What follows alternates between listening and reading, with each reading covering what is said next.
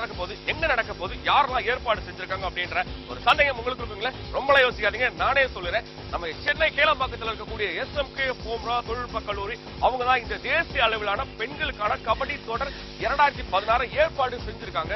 இங்க நம்ம தமிழகத்தில் இருக்கக்கூடிய பல முன்னணி பெண்கள் கல்லூரிகள் வந்து நிறைய கலந்துக்கிற போறாங்க. இது ஆண்களுக்கான கபடி ஆட்டத்தை வந்து எல்லாருமே பார்த்து ரசிச்சிருப்போம். அது எந்த அளவுக்கு விறுவிறுப்பா இருக்குமோ அதை விட கொஞ்சம் கூட சுவாரஸ்யம் குறையாத ஒரு அருமையான ஆட்டத்தை நாம இன்றைக்கு பார்க்க போறோம்.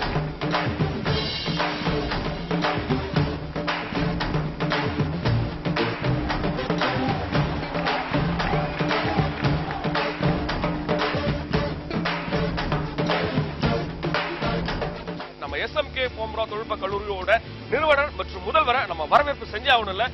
வாங்க.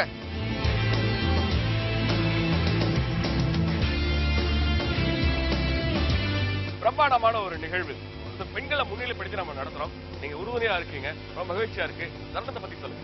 இங்க வந்து SMK போம்ரா இன்ஸ்டிடியூட் ஆஃப் டெக்னாலஜி ஒரு இன்ஜினியரிங் காலேஜ். இங்க வந்து படிப்புக்கு எவ்வளவு முக்கியத்துவம் தராங்களோ அதே அளவு முக்கியத்துவம் வந்து விளையாட்டுக்கும் தரும். ஆனா வெளியில இருந்து இருக்கிற கல்லூரி மாணவர்களும் வந்து இங்க விளையாடணும் அப்படின்ற ஆசையில தான் இந்த டோர்னமெண்ட் ஃபர்ஸ்ட் டைமா நாங்க வந்து இப்போ ஆர்கனைஸ் பண்ணிருக்கோம். இந்த கபடி வந்து நாங்க இந்த சமயத்துல ஏன் ஆர்கனைஸ் பண்ணிருக்கோம் அப்படின்னா நம்மளோட தமிழர் திருநாள். சந்தோஷப்படுற விஷயம் என்னன்னா இந்த பார்ட்டிசிபென்ட்ஸ் எல்லாமே வந்து தேசிய அளவுல விளையாடி வெற்றி பெற்றவங்க. இதுல வந்து மக்கள் டிவி எப்பவுமே தமிழுக்கு ரொம்ப முக்கியத்துவம் கொடுக்கிற ஒரு தொலைக்காட்சி, எங்களோட வந்து ரொம்ப உறுதுணையா இருக்கிற ஒரு தொலைக்காட்சி.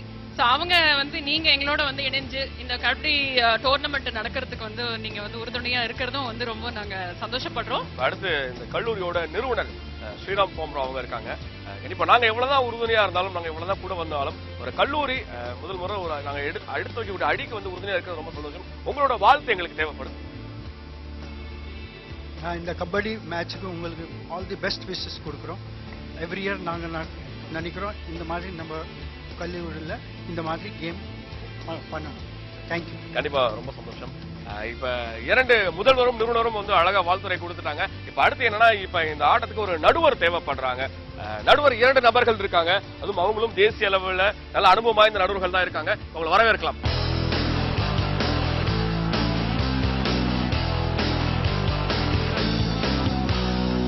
வணக்கம். அவங்க பேர் சொல்லிடுங்க. முகமது ஃபக்குல். முகமது, நிறைய விஷயங்கள் கூட கேட்க வேண்டியிருக்கு. அடுத்து சிங்காரவேல், சரியா? உங்களை பத்தி சொல்லுங்க. என் பேர் சிங்காரவேல். நான் OMCA காலேஜ்ல MPH second master of physical education படிக்கிறேன். முகமது, ஒரு சிறந்த நடுவர்களை தான் நாங்க தேர்வு செஞ்சிருக்கோம். ரொம்ப மகிழ்ச்சியா இருக்கு. இப்ப ஆட்டத்துக்கான விதிமுறைகள் அப்படின்னு வரும்போது என்னென்ன விதிமுறைகள் நீங்க வச்சிருக்கீங்க? பேசிக்கா ஒரு அஃபென்ஸ் வந்து கண்டிப்பா வந்து அஃபென்ஸ் போயிட்டா பல்க் கிராஸ் பண்ணணும். அப்புறம் வந்து பிஃபோர் ஸ்ட்ரகிளுக்கு முன்னாடி யாரும் வந்து லாபி கட் பண்ணக்கூடாது. இப்படி கட் பண்ணா ரைடர் அவுட்டு. இந்த ரைடர்னாலும் சரி, அஃபென்ஸ்னாலும் சரி, டிஃபென்ஸ்னாலும் சரி, பிஃபோருக்கு ஸ்ட்ரகிளுக்கு முன்னாடி யாரும் வந்து லாபி கட் பண்ணக்கூடாது. அப்புறம் வந்து மிட்லைன் வந்து ஸ்ட்ரகிள் முடிஞ்சதுக்கு அப்புறம் அஃபென்ஸ் வந்து மிட்லைனை வந்து கிராஸ் பண்ணி டச் பண்ணணும். அப்பதான் வந்து பாயிண்ட் கிடைக்கும். இந்த மாதிரி ரூல்ஸ் தான் பேசிக்கா.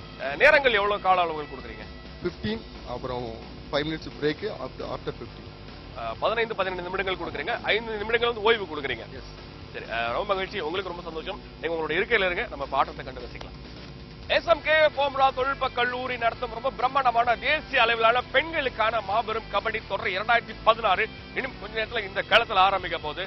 சரி, கபடி தொடர் அப்படின்னாலே நம்ம எல்லாருமே வந்து பரிசு வாங்குறது தான் எல்லாருமே மோதுவாங்க. மொத்தம் வந்து 4 பிரத்யேகமான பரிசு கோப்பைகள் உங்க அணிக்காக தயாரா இருக்கு.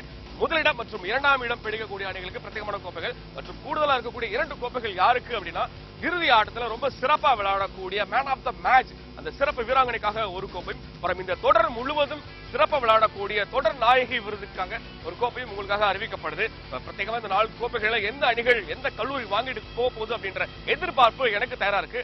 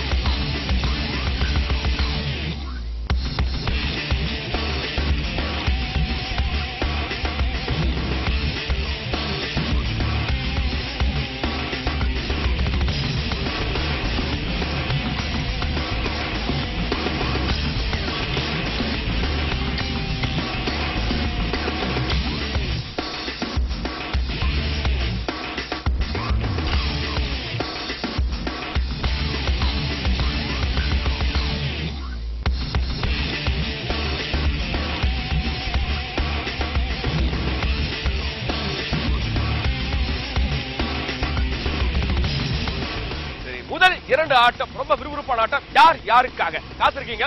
நானே சொல்றேன். முதல்ல வந்து SIET மற்றும் செல்லம்மாள் இந்த 2 கல்லூரிகள் தான் தன்னோட முதல் ஆட்டம் தொடங்க போறாங்க.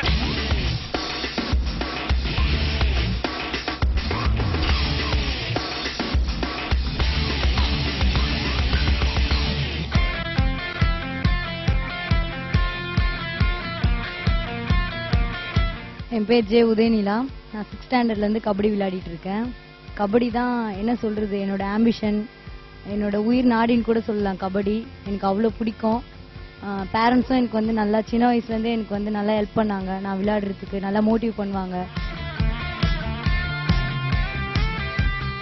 நான் SIT டீமோட கேப்டன். நான் கேப்டன் ஆனதுலேருந்து போன எல்லா காலேஜ் மேட்சஸ்லேயும் பிளேஸ் இல்லாமல் நாங்கள் வரல. எல்லா மேட்ச்லேயும் கப்போடு தான் வருவோம். அதுக்கு மெயின் சப்போர்ட் வந்து எங்கள் பசங்க டீம் மெம்பர்ஸ் தான். அவங்க நல்லா கோஆப்ரேட் பண்ணதால தான் நாங்கள் போகிற மேட்சஸ் எல்லா மேட்ச்லேயும் வின் பண்ணோம்.